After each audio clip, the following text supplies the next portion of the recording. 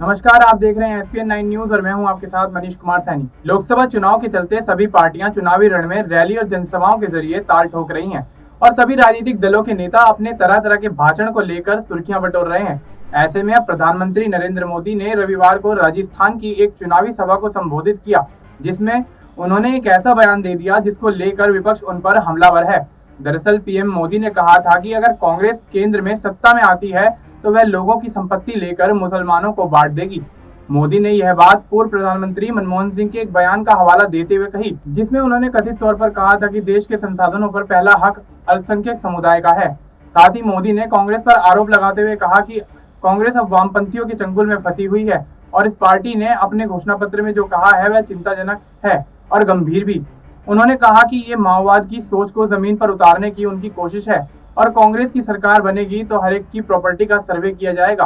हमारी बहनों के पास कितना सोना है उसकी जांच की जाएगी, उसका हिसाब लगाया जाएगा। हमारे आदिवासी परिवारों में चांदी होती है, उसका हिसाब लगाया जाएगा। ये जो गोल्ड है बहनों का और जो और संपत्ति है ये सबको समान रूप से वितरित कर दी जाएंगी। मोदी ने कहा कि क्या आपको ये मंजूर है? आपकी संपत्ति सरकार को ऐंठने का अधिकार है क्या?